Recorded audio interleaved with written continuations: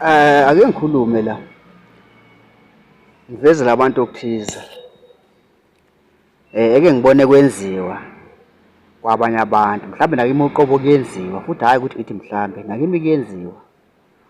Ubone ukuthi umuntu akuchaze umuntu kubantu nje ababangani bakhe noma asuke nabo ngaleso sikhathi leso, ehlale kubo ngegama lakho, akuchaze akuveze njengomuntu wena onenhliziyo embi, njengomuntu wena o-useless, otshelayo, opensayo, ozazisayo nje, ongamazi omunye umuntu, onaka nje into yakhe kuphela, uthanda umfazi wakhe ngathi uzwa ngomfazi. Hhayi, mase bendawonye, heyi ngeke ubenze lutho, abahlukani okanye hhayi bayay'tshela, bafuna ngathi bayinto ey'nkulu. Lokha nalokha uyabona nje, ukumboneni mase nje, ukumboneni, eyi ave bengidina loya muntu. Kusho umuntu echaza njalo ebantwini, asuke ehleli nabo ngaleso sikhathi, mhlawumbe encenga okuthize kubo ngaleso sikhathi. Bese leyo ndaba ifika emadlebeni akho. Yazi wenzeni? Ungasho lutho. Ake nivele suke echaza into engasiyiyo ngawe. Ungasho lutho vele uthule nje kanje. Uzobona wena imiphumela ezokwenzeka. Angithi laba akade betshelwa ngawe, abazi bezwa ngaloko akade batshela. Yabona? Wena bazofuna ukunaka manje labantu abatshelwe ngawe ukuthi ngabe ngempela uyile nto akade yisho lo mfo noma lo sisi.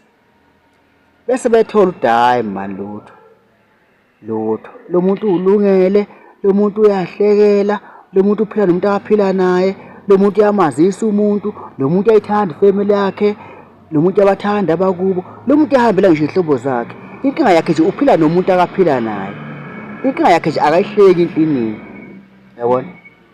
Kodwa wonke umuntu akaphila naye uphila naye futhi ngeqiniso. Bese bebothi no mani, nangu umuntu owushevu, yilo obesitshela amanga ngalo muntu. Lo muntu yazi ave nje ey'lungele. Ngithi-ke nakuwe ukushaya indiva ukuthi uzwe kuthiwa ubani wathini ngawe kobani kabi ngegama lakho. Angithi wena uyazazi ukuthi awunjalo.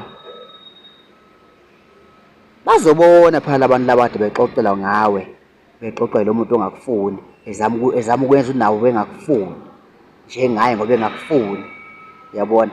Eswele ukuthi bonke abantu bengakuzonda kanjani njengoba yena ekuzonda. Udinga ukuthi ekhona abakuthandayo, kanti ufisa ngabe wena uthandwa muntu.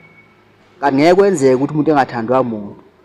Uma uzonda umuntu umzonde wedwa, usukufaka izathu ezingekho kwabanye abantu, ufuna nimzonde naye. Ngeke umuntu ezonde bonke abantu, yabona? Bese bekubuka labantu, no, umuntu owushevu wena. Yazi kwenzakalani ngalowo muntu? Baqhela futhi nalaba bathi batshela, baqhela kuye. Ngoba sebebona lo muntu ushevu, shuthi la ahlangene khona nabanye abantu ukhuluma ngomunye umuntu. Shuthi bazobona ukuthini? Nathi usikhuluma kabi mehlangane nabanye. Uyayibona? Ungasho lutho mfowethu. Uzophila futhi impilo isikhathi eside.